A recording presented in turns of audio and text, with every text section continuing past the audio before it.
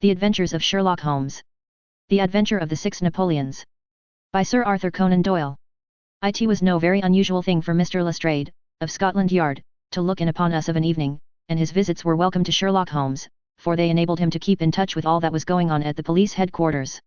In return for the news which Lestrade would bring, Holmes was always ready to listen with attention to the details of any case upon which the detective was engaged, and was able occasionally, without any active interference, to give some hint or suggestion drawn from his own vast knowledge and experience. On this particular evening, Lestrade had spoken of the weather and the newspapers. Then he had fallen silent, puffing thoughtfully at his cigar. Holmes looked keenly at him. "Anything remarkable on hand?" he asked. "Oh, no, Mr. Holmes, nothing very particular." "Then tell me about it." Lestrade laughed. "Well, Mr. Holmes, there is no use denying that there is something on my mind. And yet it is such an absurd business, that I hesitated to bother you about it. On the other hand, although it is trivial, it is undoubtedly queer, and I know that you have a taste for all that is out of the common. But, in my opinion, it comes more in Dr. Watson's line than ours." "Disease," said I. "Madness, anyhow. And a queer madness, too. You wouldn't think there was anyone living at this time of day who had such a hatred of Napoleon I that he would break any image of him that he could see." Holmes sank back in his chair. "That's no business of mine," said he. "Exactly. That's what I said. But then, when the man commits burglary in order to break images which are not his own, that brings it away from the doctor and on to the policeman." Holmes sat up again. "Burglary. This is more interesting. Let me hear the details." Lestrade took out his official notebook, and refreshed his memory from its pages. "The first case reported was 4 days ago," said he. "It was at the shop of Morse Hudson, who has a place for the sale of pictures and statues in the Kennington Road. The assistant had left the front shop for an instant, when he heard a crash, and hurrying in he found a plaster bust of Napoleon, which stood with several other works of art upon the counter, lying shivered into fragments. He rushed out into the road, but, although several passers-by declared that they had noticed a man run out of the shop, he could neither see anyone nor could he find any means of identifying the rascal. It seemed to be one of those senseless acts of hooliganism which occur from time to time, and it was reported to the constable on the beat as such. The plaster cast was not worth more than a few shillings, and the whole affair appeared to be too childish for any particular investigation. The second case, however, was more serious, and also more singular. It occurred only last night. In Kennington Road, and within a few hundred yards of Morse Hudson's shop, there lives a well-known medical practitioner, named Dr. Barnicot, who has one of the largest practices upon the south side of the Thames. His residence and principal consulting room is at Kennington Road, but he has a branch surgery and dispensary at Lower Brixton Road, 2 miles away. This Dr. Barnicot is an enthusiastic admirer of Napoleon, and his house is full of books, pictures, and relics of the French Emperor. Some little time ago he purchased from Morse Hudson 2 duplicate plaster casts of the famous head of Napoleon by the French sculptor, Divine. One of these he placed in his hall in the house at Kennington Road, and the other on the mantelpiece of the surgery at Lower Brixton. Well, when Dr. Barnicot came down this morning he was astonished to find that his house had been burgled during the night, but that nothing had been taken save the plaster head from the hall. It had been carried out and had been dashed savagely against the garden wall, under which its splintered fragments were discovered. Holmes rubbed his hands. "This is certainly very novel," said he. "I thought it would please you. But I have not got to the end yet." Dr. Barnicot was due at his surgery at 12 o'clock, and you can imagine his amazement when, on arriving there, he found that the window had been opened in the night, and that the broken pieces of his second bust were strewn all over the room. It had been smashed to atoms where it stood.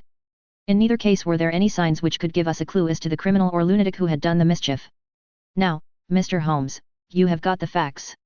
"They are singular, not to say grotesque," said Holmes. "May I ask whether the 2 busts smashed in Dr. Barnicot's rooms were the exact duplicates of the one which was destroyed in Morse Hudson's shop?" "They were taken from the same mold." "Such a fact must tell against the theory that the man who breaks them is influenced by any general hatred of Napoleon.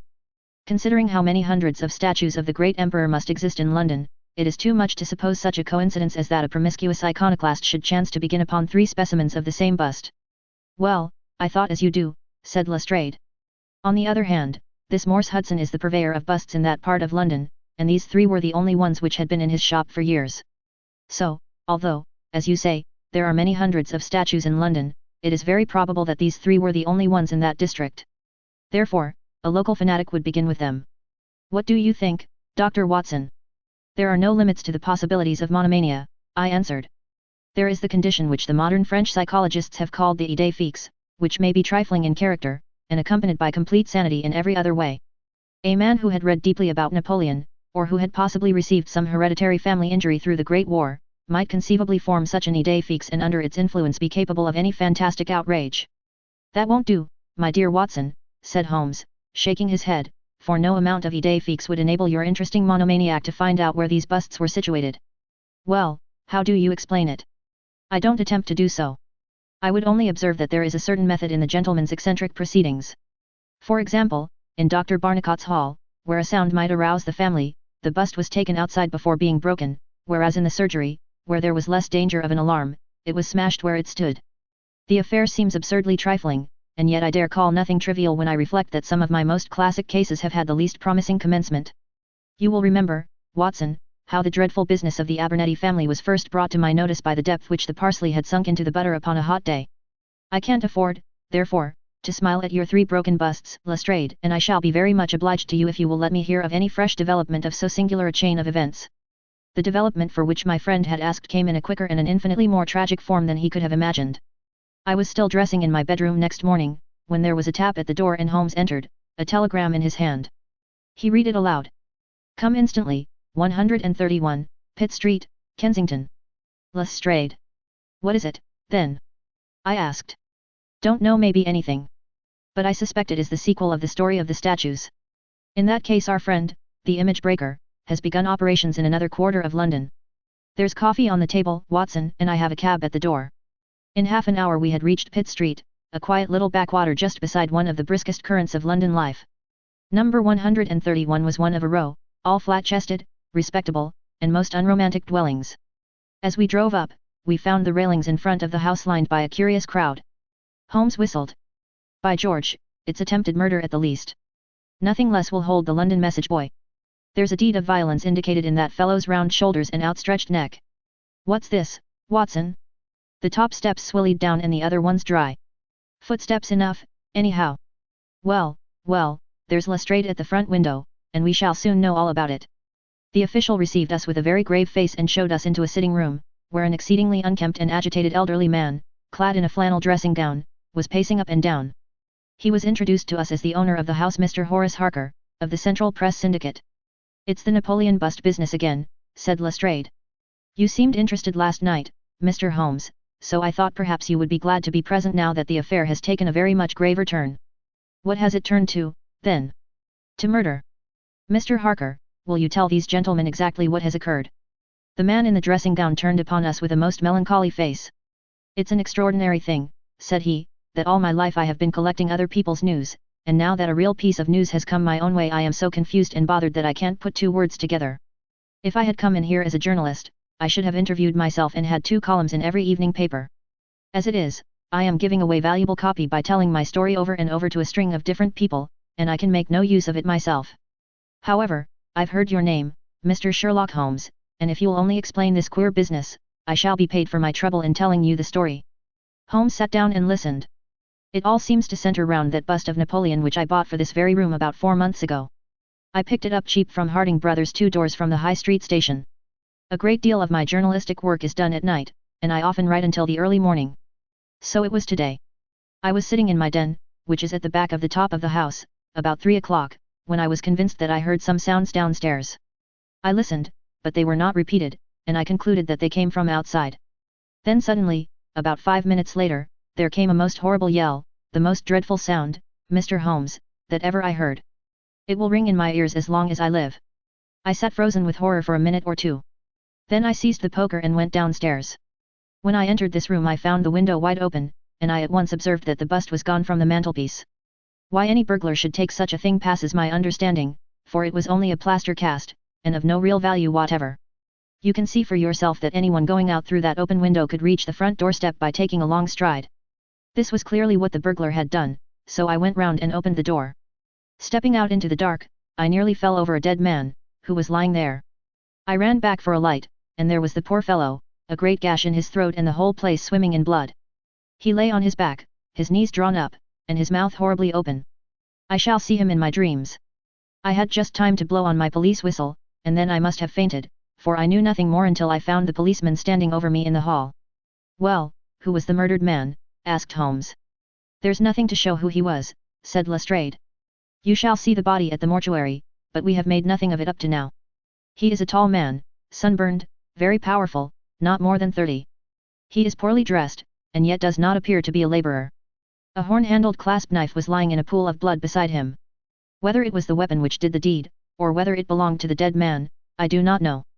There was no name on his clothing, and nothing in his pockets save an apple, some string, a shilling map of London, and a photograph. Here it is. It was evidently taken by a snapshot from a small camera. It represented an alert, sharp-featured simian man, with thick eyebrows and a very peculiar projection of the lower part of the face, like the muzzle of a baboon. "And what became of the bust?" asked Holmes, after a careful study of this picture. "We had news of it just before you came.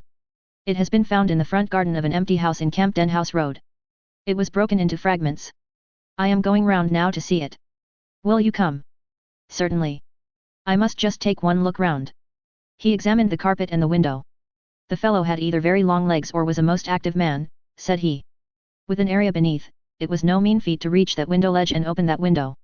Getting back was comparatively simple. Are you coming with us to see the remains of your bust, Mr. Harker?"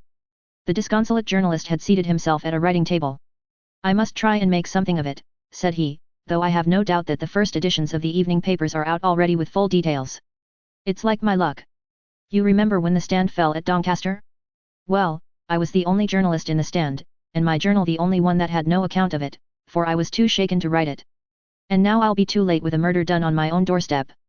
As we left the room, we heard his pen travelling shrilly over the foolscap. The spot where the fragments of the bust had been found was only a few hundred yards away.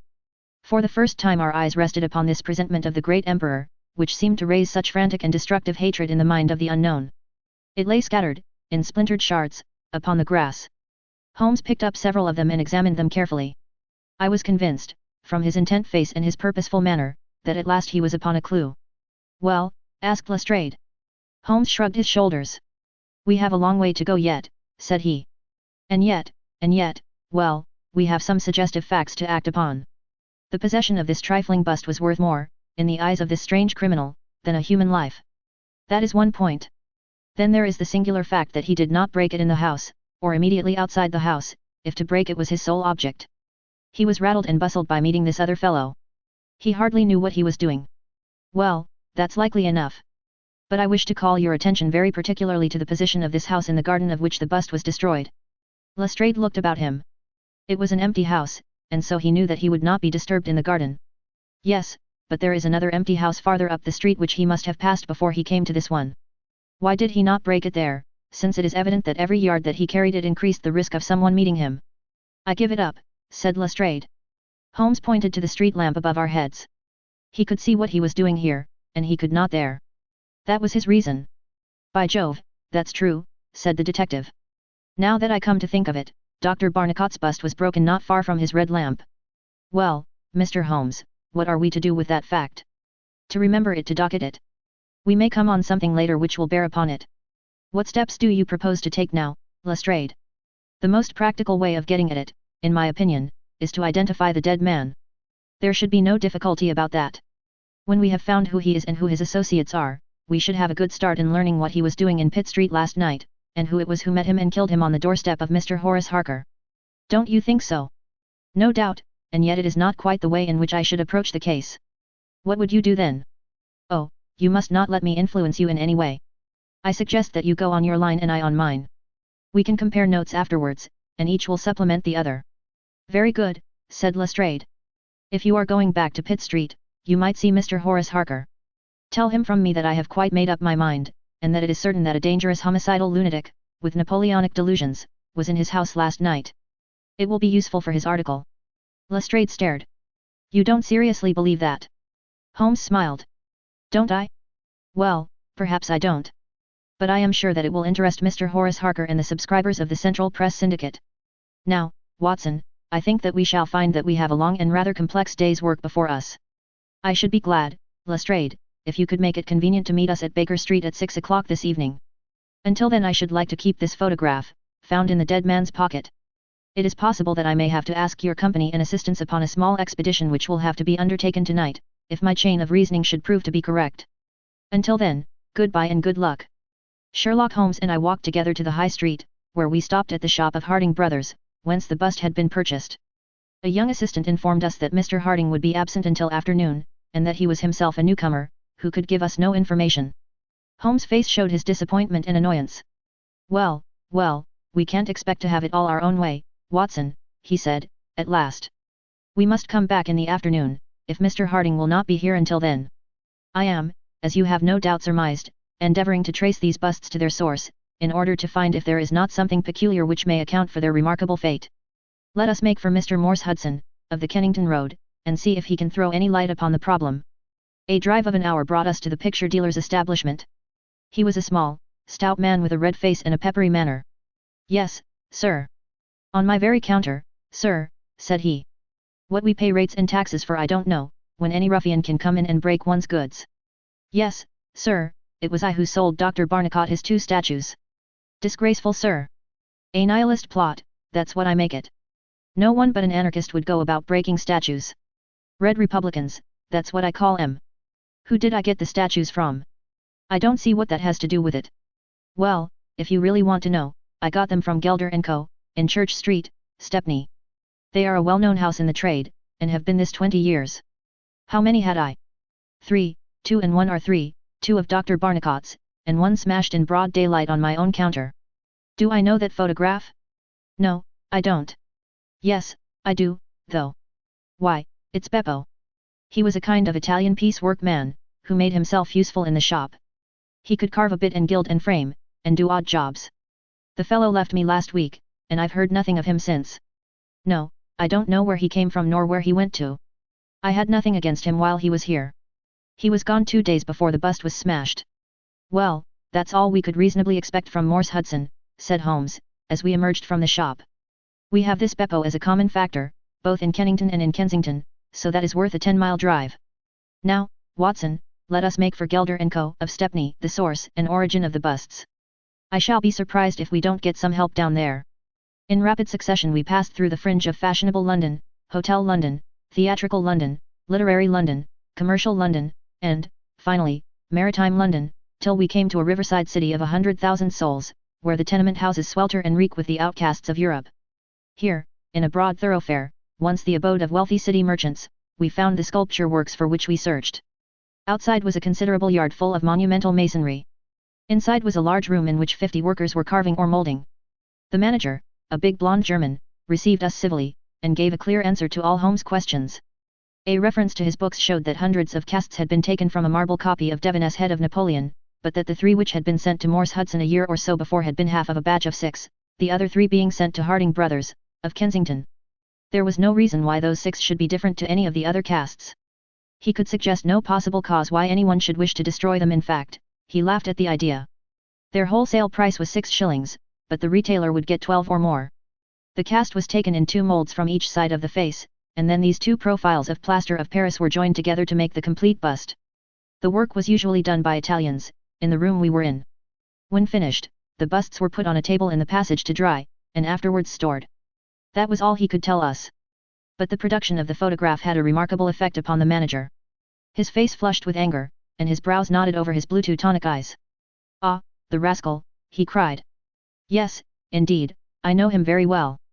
This has always been a respectable establishment, and the only time that we have ever had the police in it was over this very fellow. It was more than a year ago now. He knifed another Italian in the street, and then he came to the works with the police on his heels, and he was taken here. Beppo was his name, his second name I never knew. Serve me right for engaging a man with such a face.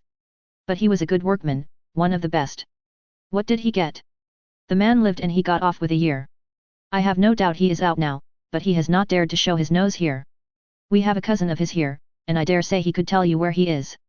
No, no, cried Holmes, not a word to the cousin, not a word, I beg of you. The matter is very important, and the farther I go with it, the more important it seems to grow.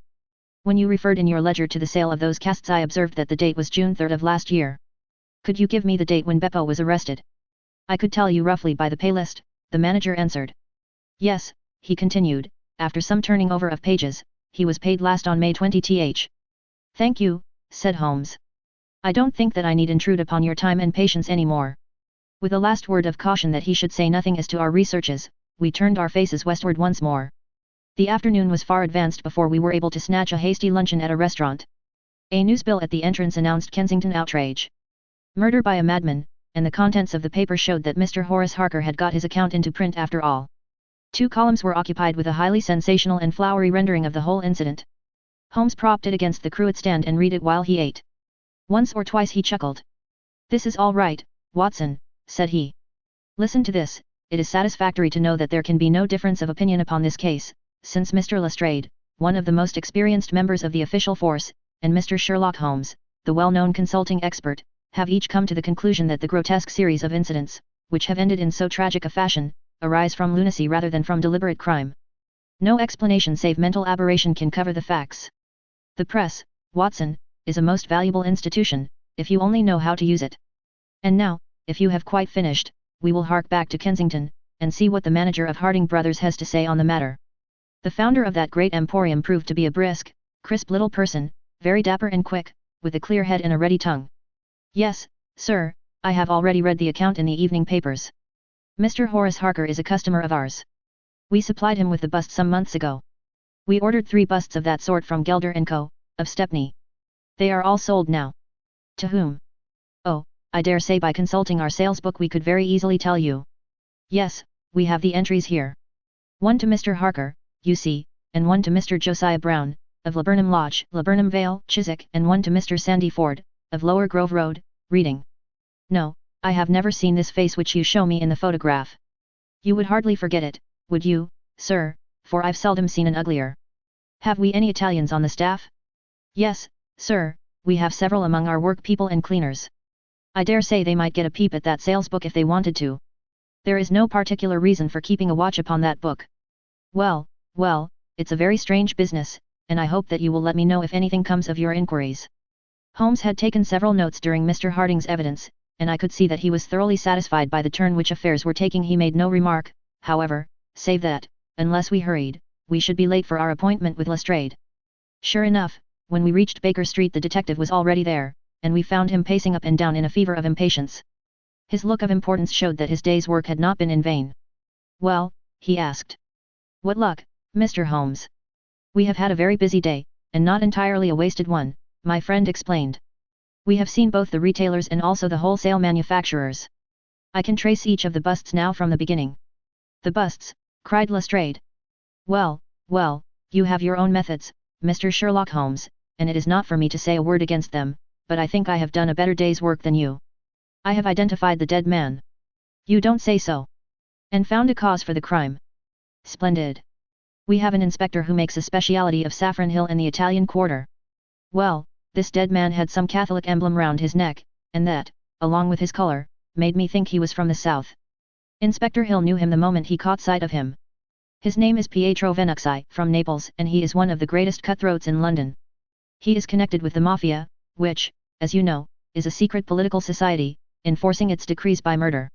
Now, you see how the affair begins to clear up. The other fellow is probably an Italian also, and a member of the Mafia. He has broken the rules in some fashion. Pietro is set upon his track. Probably the photograph we found in his pocket is the man himself, so that he may not knife the wrong person. He dogs the fellow, he sees him enter a house, he waits outside for him, and in the scuffle he receives his own death wound. How is that, Mr. Sherlock Holmes?" Holmes clapped his hands approvingly. "Excellent, Lestrade, excellent," he cried. "But I didn't quite follow your explanation of the destruction of the busts." "The busts? You never can get those busts out of your head. After all, that is nothing, petty larceny, 6 months at the most. It is the murder that we are really investigating, and I tell you that I am gathering all the threads into my hands. And the next stage is a very simple one. I shall go down with Hill to the Italian Quarter, find the man whose photograph we have got, and arrest him on the charge of murder. Will you come with us?" "I think not. I fancy we can attain our end in a simpler way. I can't say for certain, because it all depends it all depends upon a factor which is completely outside our control. But I have great hopes. In fact, the betting is exactly 2 to 1 that if you will come with us tonight I shall be able to help you to lay him by the heels." "In the Italian Quarter?" "No, I fancy Chiswick is an address which is more likely to find him. If you will come with me to Chiswick tonight, Lestrade, I'll promise to go to the Italian Quarter with you tomorrow, and no harm will be done by the delay. And now I think that a few hours sleep would do us all good, for I do not propose to leave before 11 o'clock, and it is unlikely that we shall be back before morning. You'll dine with us, Lestrade, and then you are welcome to the sofa until it is time for us to start. In the meantime, Watson, I should be glad if you would ring for an express messenger, for I have a letter to send, and it is important that it should go at once. Holmes spent the evening in rummaging among the files of the old daily papers with which one of our lumber rooms was packed. When at last he descended, it was with triumph in his eyes, but he said nothing to either of us as to the result of his researches. For my own part, I had followed step by step the methods by which he had traced the various windings of this complex case, and, though I could not yet perceive the goal which we would reach, I understood clearly that Holmes expected this grotesque criminal to make an attempt upon the 2 remaining busts, one of which, I remembered, was at Chiswick.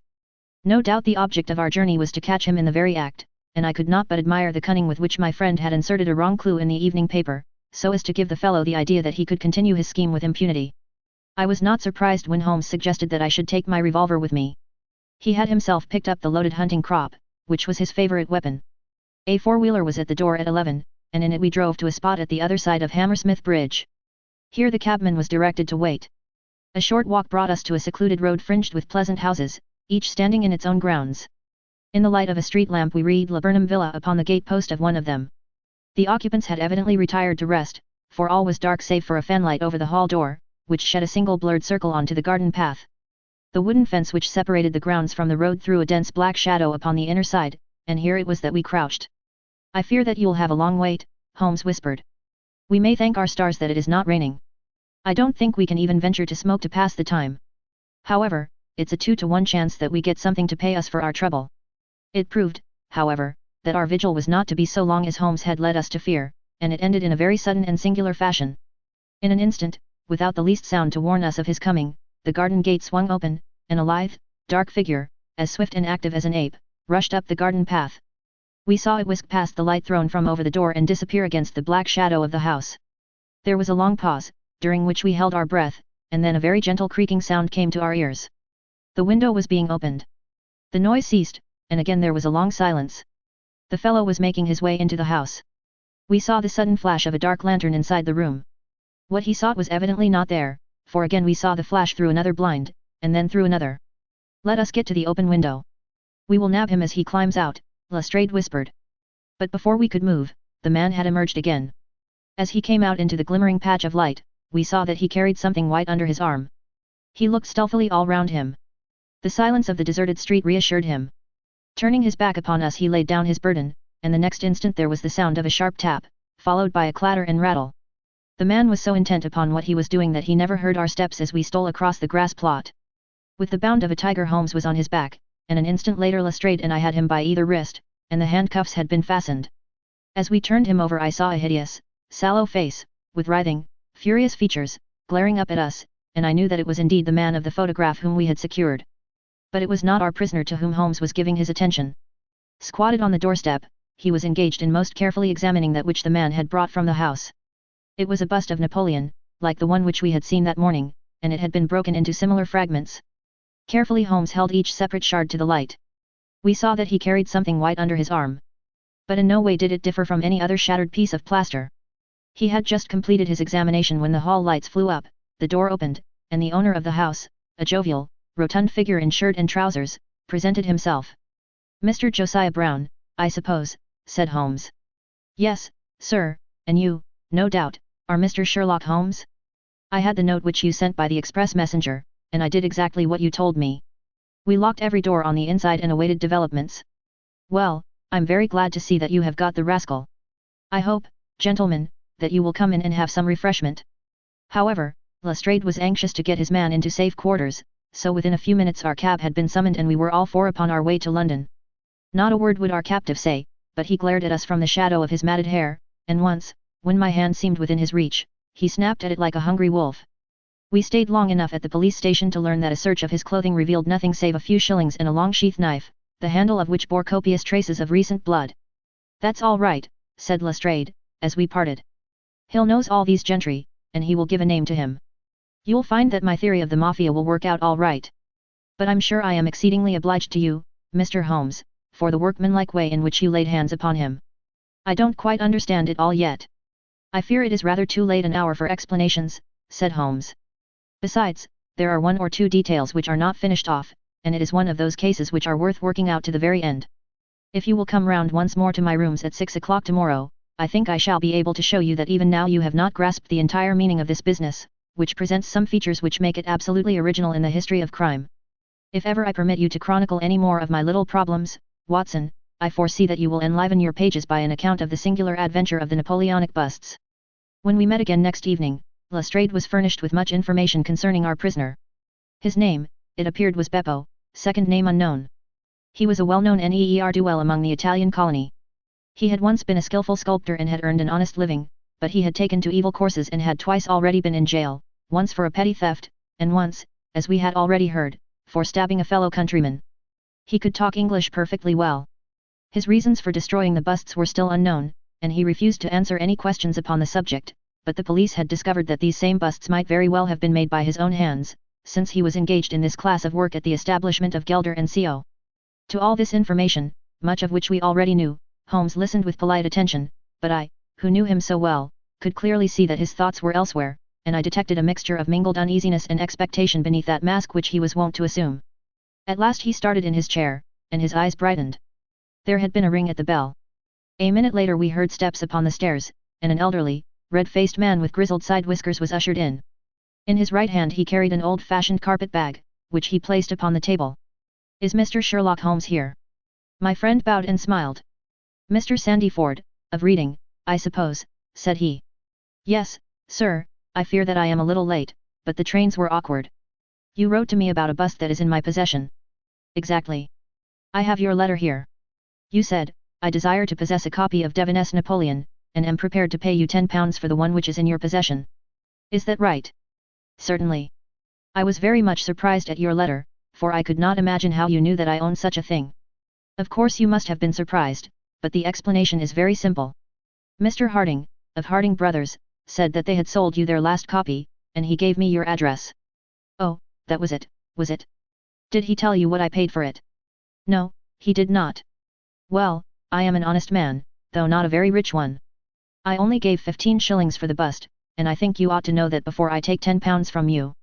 I am sure the scruple does you honour, Mr. Sandiford. But I have named that price, so I intend to stick to it." "Well, it is very handsome of you, Mr. Holmes. I brought the bust up with me, as you asked me to do. Here it is." He opened his bag, and at last we saw placed upon our table a complete specimen of that bust which we had already seen more than once in fragments. Holmes took a paper from his pocket and laid a £10 note upon the table. "You will kindly sign that paper, Mr. Sandiford, in the presence of these witnesses. It is simply to say that you transfer every possible right that you ever had in the bust to me. I am a methodical man, you see, and you never know what turn events might take afterwards."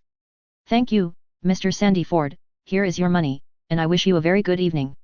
When our visitor had disappeared, Sherlock Holmes' movements were such as to rivet our attention. He began by taking a clean white cloth from a drawer and laying it over the table. Then he placed his newly acquired bust in the center of the cloth. Finally, he picked up his hunting crop and struck Napoleon a sharp blow on the top of the head. The figure broke into fragments, and Holmes bent eagerly over the shattered remains.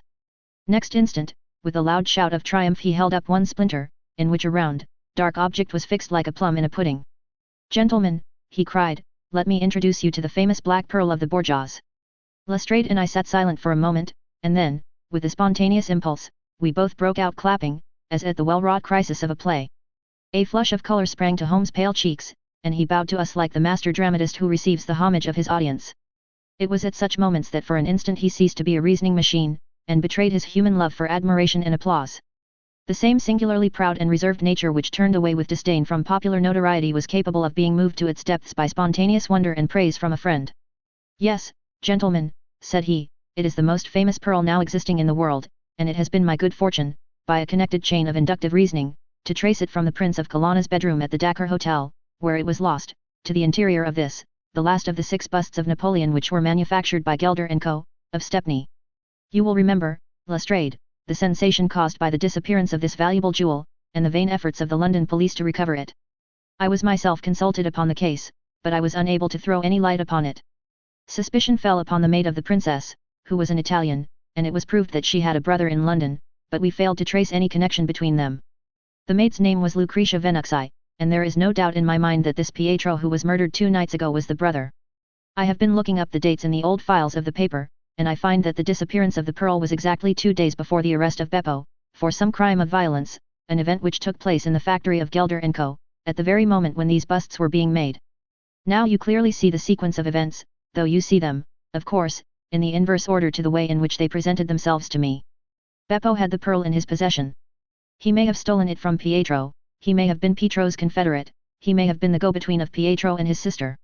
It is of no consequence to us which is the correct solution. The main fact is that he had the pearl, and at that moment, when it was on his person, he was pursued by the police. He made for the factory in which he worked, and he knew that he had only a few minutes in which to conceal this enormously valuable prize, which would otherwise be found on him when he was searched. 6 plaster casts of Napoleon were drying in the passage. One of them was still soft. In an instant Beppo, a skillful workman, made a small hole in the wet plaster, dropped in the pearl, and with a few touches covered over the aperture once more. It was an admirable hiding place. No one could possibly find it. But Beppo was condemned to a year's imprisonment, and in the meanwhile his 6 busts were scattered over London. He could not tell which contained his treasure. Only by breaking them could he see. Even shaking would tell him nothing, for as the plaster was wet it was probable that the pearl would adhere to it as, in fact, it has done. Beppo did not despair, and he conducted his search with considerable ingenuity and perseverance. Through a cousin who works with Gelder, he found out the retail firms who had bought the busts. He managed to find employment with Morse Hudson, and in that way tracked down 3 of them. The pearl was not there. Then, with the help of some Italian employee, he succeeded in finding out where the other 3 busts had gone. The first was at Harcas. There he was dogged by his confederate, who held Beppo responsible for the loss of the pearl, and he stabbed him in the scuffle which followed. If he was his confederate, why should he carry his photograph? I asked. As a means of tracing him, if he wished to inquire about him from any third person. That was the obvious reason. Well, after the murder I calculated that Beppo would probably hurry rather than delay his movements. He would fear that the police would read his secret, and so he hastened on before they should get ahead of him. Of course, I could not say that he had not found the pearl in Barker's bust. I had not even concluded for certain that it was the pearl, but it was evident to me that he was looking for something, since he carried the bust past the other houses in order to break it in the garden which had a lamp overlooking it. Since Harcas' bust was 1 in 3, the chances were exactly as I told you, 2 to 1 against the pearl being inside it. There remained 2 busts, and it was obvious that he would go for the London one first. I warned the inmates of the house, so as to avoid a second tragedy, and we went down with the happiest results. By that time, of course, I knew for certain that it was the Borgia pearl that we were after. The name of the murdered man linked the one event with the other. There only remained a single bust, the reading one, and the pearl must be there. I bought it in your presence from the owner, and there it lies. We sat in silence for a moment. Well, said Lestrade, I've seen you handle a good many cases, Mr. Holmes, but I don't know that I ever knew a more workmanlike one than that. We're not jealous of you at Scotland Yard. No, sir, we are very proud of you, and if you come down tomorrow, there's not a man, from the oldest inspector to the youngest constable, who wouldn't be glad to shake you by the hand. Thank you, said Holmes. Thank you, and as he turned away, it seemed to me that he was more nearly moved by the softer human emotions than I had ever seen him. A moment later he was the cold and practical thinker once more. Put the pearl in the safe, Watson, said he, and get out the papers of the Conk Singleton forgery case. Goodbye, Lestrade.